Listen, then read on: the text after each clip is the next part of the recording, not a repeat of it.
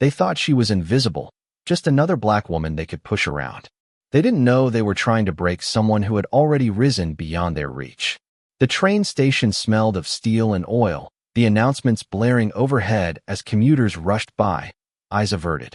In the chaos, no one wanted to notice the scene unfolding in the corner near the ticket counter. But people always notice cruelty. Two police officers in navy uniforms towered over a woman in her early 50s, her back straight, her eyes calm but blazing. She was not shouting. She was not resisting. She was simply existing, and that, to them, was already a crime. Her name was Senator Margaret Ellis, though in that moment, stripped of dignity in the eyes of those men, she could have been anyone. That was the sharpest cut how quickly power could vanish when skin color entered the equation. Officer McGraw sneered, the corners of his mouth curling with practiced disdain. "ID. Now," he demanded, though he hadn't asked the others in line. She had seen him wave through two white businessmen seconds earlier without a glance. His partner, younger and eager, stood with his chest puffed out, like a dog waiting for its master's signal to bite. "Why are you here?" McGraw pressed, his tone making it sound like she had stumbled into a place where she didn't belong. Margaret tightened her grip on the leather briefcase. Inside were speeches, drafts of legislation, pages of battles she had fought in the Senate chambers. Words meant to change lives. Yet none of that shielded her from the humiliation that now wrapped around her like chains. The crowd noticed now. Some with curiosity, some with shame, some with smirks of confirmation, as if their prejudices had just been validated. Margaret stood rooted in a storm that was both familiar and unbearable. She had endured worse growing up in Georgia, where her grandmother told her never to look a white man in the eye too long. But wasn't this supposed to be different?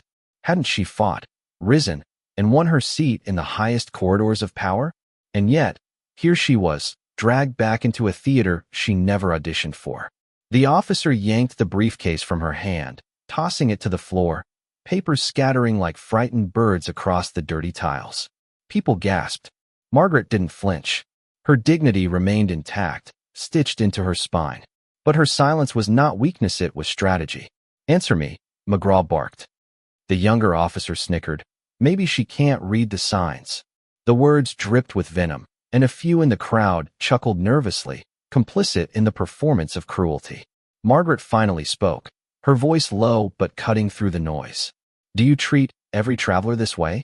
Or only the ones who look like me?" The question lingered in the air, heavy as smoke. McGraw's jaw tightened. He wasn't expecting her to push back, at least not with words sharp enough to draw blood. "Don't get smart," he snapped, his hand moving to his belt as if the weight of the badge and the gun made him invincible. Margaret raised her chin, golden sunlight catching her face through the wide glass ceiling of the station.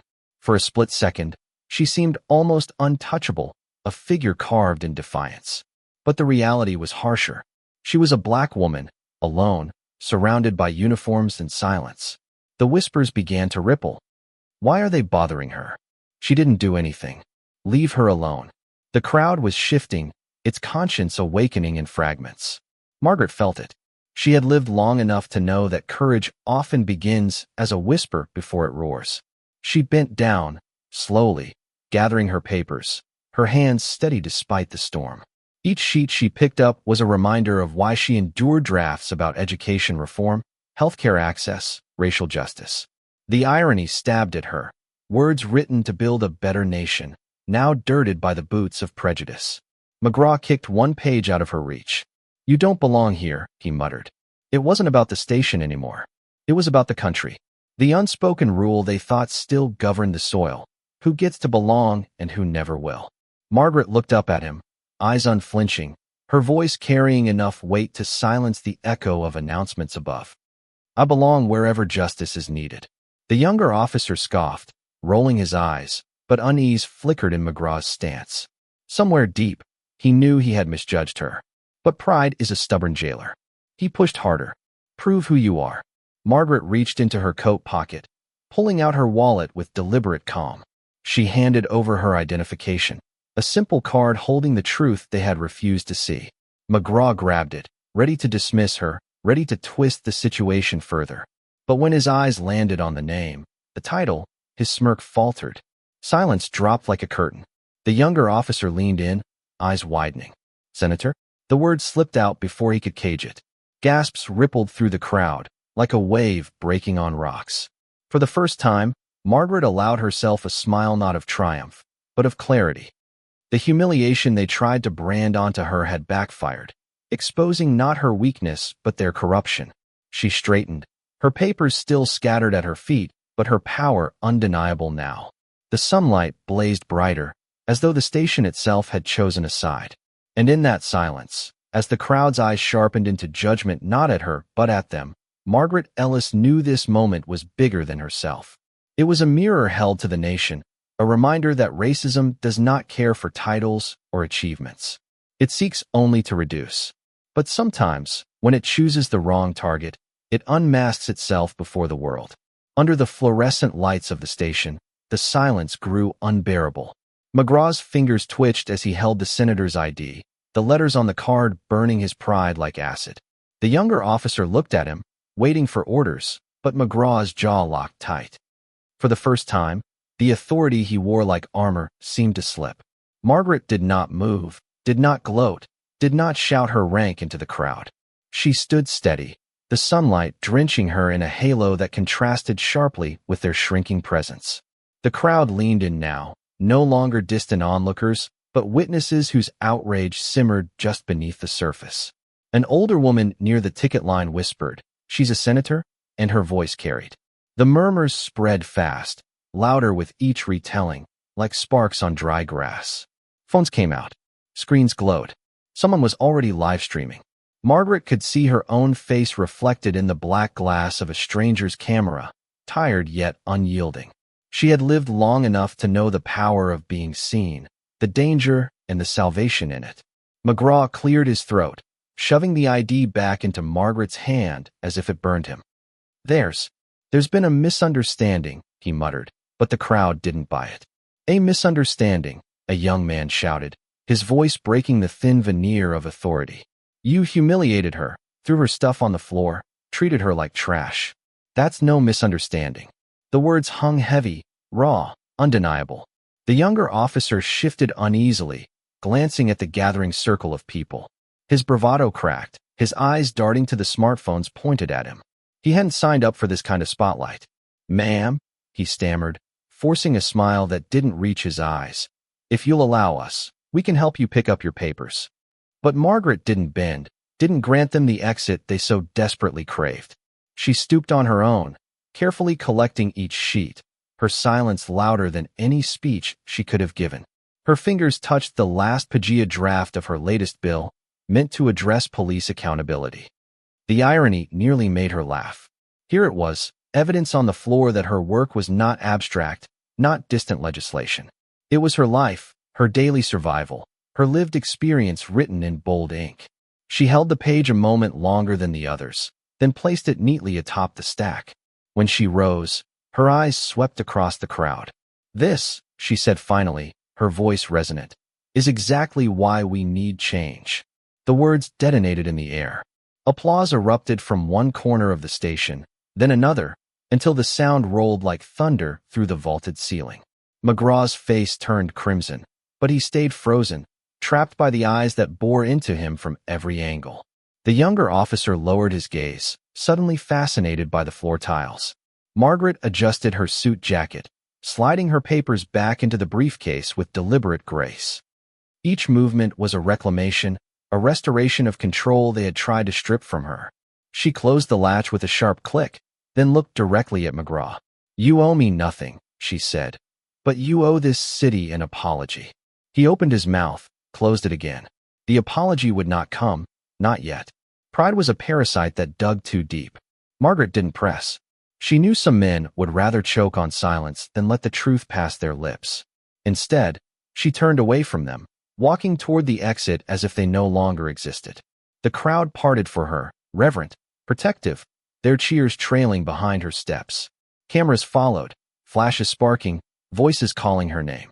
Outside, the golden afternoon blazed brighter.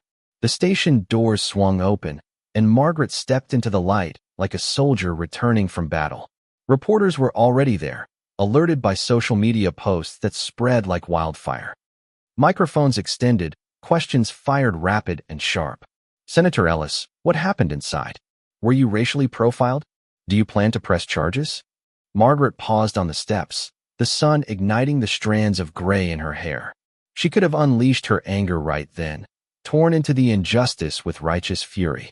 But she knew her words mattered, not just for herself, but for every person watching who had no microphone, no title, no shield. What happened inside, she said, her voice steady, is the reality countless Black Americans face every day. I was profiled. I was humiliated. The difference is, I have a platform to speak about it. Many others do not. And that is why we must act. The crowd outside erupted as the livestream audience grew. Margaret could feel the tide turning, the private wound transforming into a public reckoning. Yet beneath her steel composure, her chest ached. She had been here before in other forms, fights on the Senate floor, debates where her worth was questioned, campaigns where her skin was weaponized against her. But this moment felt different.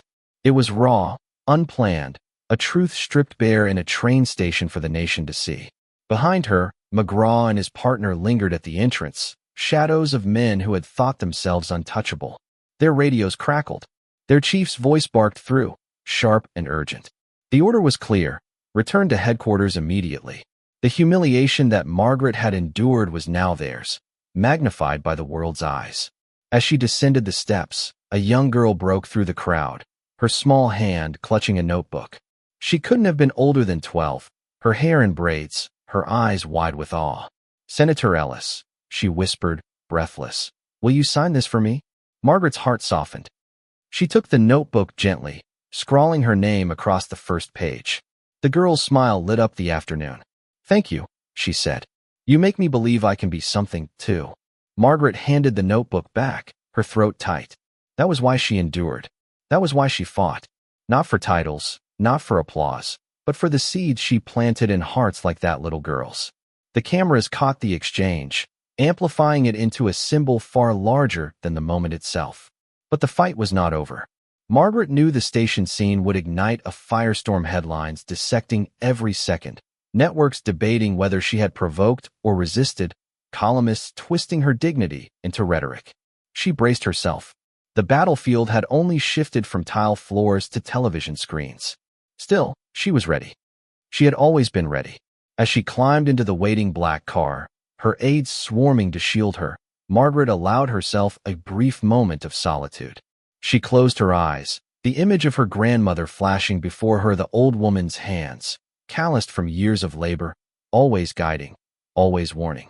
They'll try to break you, baby girl, her grandmother used to say. But don't you ever let them.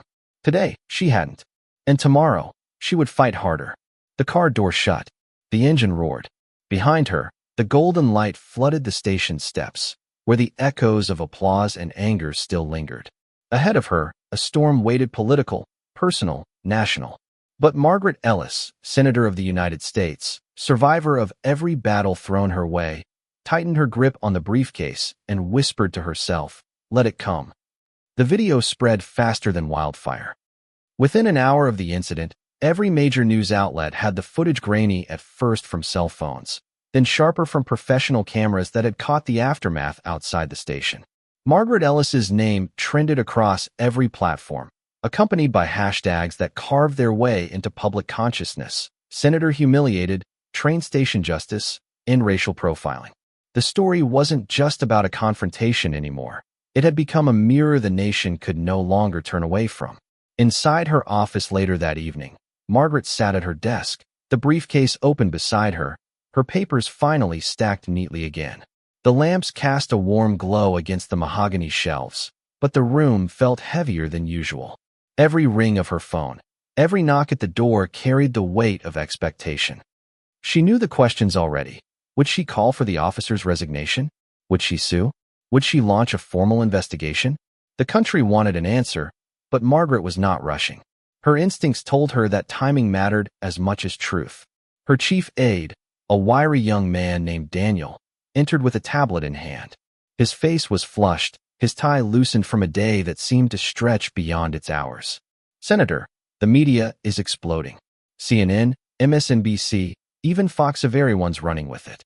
The police chief issued a statement calling it an unfortunate lapse in procedure, but that's not cutting it. People are demanding accountability. Margaret leaned back in her chair, rubbing the bridge of her nose. An unfortunate lapse in procedure, she repeated, her voice tinged with both disbelief and exhaustion. As if humiliation can be filed under clerical errors. Daniel hesitated. We could hold a press conference tomorrow morning. The networks will cover it live. You'd have the chance to frame the narrative before they twist it. Margaret nodded slowly. She understood the stakes. If she let others define what happened, the truth would drown beneath waves of commentary. But if she stepped forward, she could transform personal pain into a weapon for justice. Her grandmother's voice echoed again. They'll try to break you, but don't you ever let them. Meanwhile, across the city, Officer McGraw sat in a dimly lit bar, his drink untouched. His partner, Officer Ryan, fidgeted beside him, the young man's leg bouncing under the table. The television above the bar replayed the footage on loop, the senator's calm defiance juxtaposed with their own sneering faces. McGraw scowled at the screen, his pride shriveling with each replay. They're making us look like monsters, he muttered. Ryan's voice cracked. We did look like monsters. You saw how people were filming us. It's everywhere. My mom called me crying. She said I disgraced the family. He rubbed his temples, his earlier bravado shattered. We're screwed, Mac. Totally screwed. McGraw slammed his fist on the table, rattling the glasses. Don't you dare fall apart on me. This'll blow over. It always does. But even as he said it, doubt not at him. The world had changed. The old patterns of abuse and silence didn't vanish anymore, they went viral. Back in her office, Margaret finally rose, moving to the window that overlooked the Capitol dome glowing against the night sky. She pressed her hand against the cool glass, steadying herself. Tomorrow, she would speak not just as a senator, but as a black woman who carried centuries of scars on her skin. She thought of her constituents, of the children who would watch her words and either learn hope or despair. She would not let them down. The next morning, the press conference unfolded beneath a sea of cameras and microphones. Reporters jostled for position, their lenses capturing every flicker of her expression. Margaret stepped onto the podium, the briefcase in her hand once more, a deliberate symbol of resilience. The room fell silent, anticipation thick. She looked out at the crowd, her eyes sweeping across faces hungry for a headline. Then she spoke. What happened to me at the train station was not an isolated incident. It was not a mistake. It was not a lapse in procedure. It was racism plain and deliberate. Gasps rippled through the audience. She let the words settle before continuing. I was profiled, humiliated, and stripped of dignity by those sworn to protect and serve. The only difference between me and countless others who suffer the same treatment is that I carry a title and a platform. But let me be clear. I stand here today not just for myself, but for every black man, woman, and child who has been told by this system that they do not belong. Flashes exploded. The questions came fast, but Margaret held up her hand. Before I take questions, I want to read something. She opened her briefcase and pulled out the page she had gathered from the dirty station floor, the draft of her bill on police accountability. She held it high. This is the work I was carrying with me yesterday. This is the legislation I am fighting for. And this, she said, her voice rising, is why they tried to break me. Because change threatens those who profit from injustice. But I will not stop. We will not stop. Applause thundered through the room, reporters momentarily abandoning their neutrality. Even some officers in uniform at the back shifted uncomfortably, their faces betraying conflicting loyalties. Margaret stepped down from the podium, the momentum unmistakable. Across the city, McGraw watched the broadcast from his living room, his face pale. His phone buzzed with messages from colleagues, some supportive, many condemning. His wife sat on the couch, arms folded, eyes sharp with disappointment. You humiliated a senator, she said flatly. But worse, you humiliated yourself. You can't bully your way out of this one. Ryan, meanwhile, couldn't escape the storm either. Protesters gathered outside the precinct, their chants echoing through the streets. No justice, no peace. End racist policing. He sat at his desk, head in his hands, every vibration of the chants cutting into his conscience. He thought of the little girl he saw in the crowd. She couldn't have been older than his niece. Her sign read, I could be her. The guilt gnawed at him, deeper than fear of losing his job. As the protests swelled, so too did the political firestorm. Senators across party lines weighed in, some defending Margaret, others deflecting with empty phrases about supporting law enforcement. The nation was split, but one truth was undeniable. The incident had ripped open a wound too raw to ignore. For Margaret, the days blurred into a whirlwind of speeches, interviews, and meetings with civil rights leaders. Yet at night, alone in her home, she allowed herself to feel the weight of it all. She remembered her grandmother's warnings, the struggles of her parents who had marched in the civil rights era, the sacrifices that had paved her path. She thought of the girl at the station, the notebook in her hands, and prayed that this moment would not only expose ugliness but inspire transformation. But change is never linear. With every cheer came backlash. Online trolls flooded her accounts with slurs, conservative pundits dismissed her as playing the race card, and police unions doubled down on defending McGraw and Ryan. Margaret read their statements, her anger simmering. They didn't see her humanity, only her defiance. And that was exactly the problem. Still, she pressed on. Each day she walked into the Senate chamber with her head held high, each speech sharper than the last. She spoke not just of laws, but of lives. Not just of policies, but of pain. And slowly, she felt the ground shifting. Colleagues who had once dismissed her began to listen. Voters flooded her office with letters of support. The little girl from the station wrote her too, scrawling in childlike handwriting. "Thank you for being brave. I want to be like you someday." Margaret placed the letter on her desk beside her grandmother's photograph. It became her anchor. No matter the storms outside, she knew why she endured. Meanwhile, the consequences for McGraw and Ryan mounted. Internal Affairs launched an investigation, and though McGraw barked about being scapegoated, his badge no longer carried its old weight. Ryan confessed during questioning, admitting their actions had been unjustified. His testimony was leaked, sealing their downfall. Protesters cheered when news broke that both officers had been suspended without pay pending further review. For some, it wasn't enough. For others, it was a start. As the weeks passed, the memory of that day at the train station refused to fade. It was replayed in classrooms, debated in churches, analyzed in courtrooms. Margaret's humiliation had become a catalyst, a spark for a movement demanding that dignity be non-negotiable. And in the quiet of her home one evening, as golden light streamed through the window, Margaret Ellis allowed herself a small smile. She had been humiliated, yes, but she had also been seen. And from that pain, she had built something greater than herself, a reckoning the country could no longer ignore. The trial became the nation's heartbeat. Every channel carried it live, every headline dissected it, and every citizen seemed to hold their breath as the two officers who had humiliated Senator Margaret Ellis stood before the court. The atmosphere inside the courthouse was electric, charged with the weight of history. It was not simply McGraw and Ryan on trial. It was the system itself, dragged into the light of accountability. Margaret took her seat in the front row, not as a senator wielding power, but as a witness carrying truth. She wore no flashy colors, only a dark navy suit, simple pearls, her posture impeccable. The cameras feasted on her composure, but inside, her chest tightened with the memory of that day at the station, the scattered papers, the sneers, the way silence had pressed against her skin like a bruise. Yet she steadied herself. She had survived worse, and now she would endure this too, not for herself alone, but for every nameless soul who never made it this far. The prosecution wasted no time. They played the footage, the grainy cell phone video juxtaposed with sharper recordings. McGraw's sneer filled the screen, Ryan's smirk visible just over his shoulder, and then Margaret's voice, calm yet cutting. "Do you treat every traveler this way? Or only the ones who look like me?" The courtroom hushed as the words reverberated, not as evidence alone, but as a moral indictment.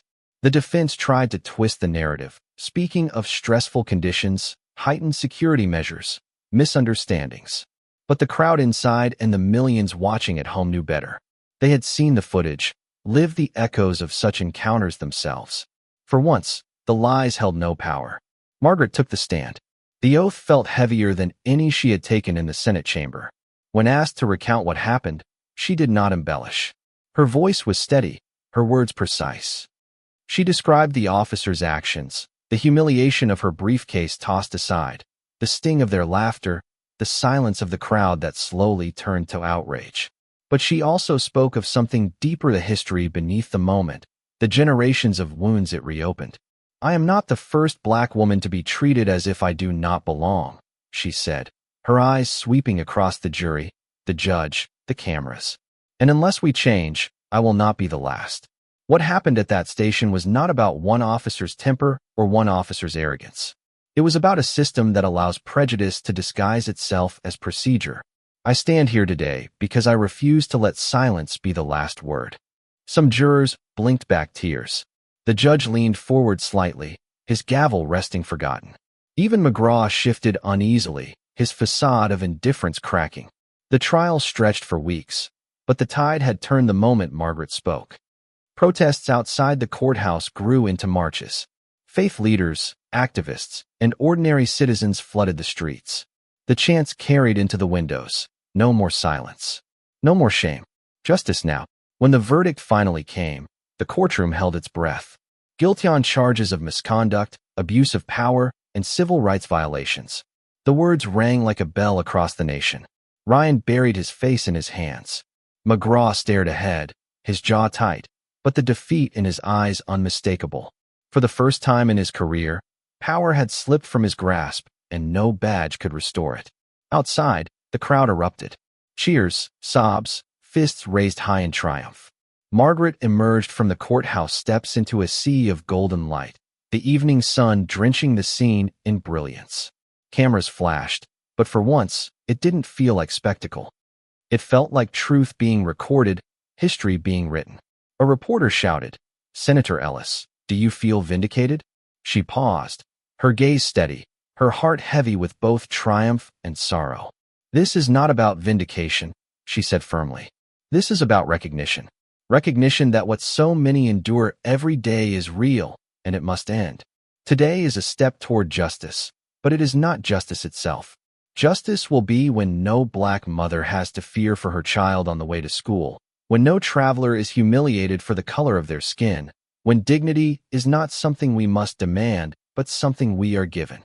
The applause rolled like thunder, not just from the crowd, but from across the country watching live.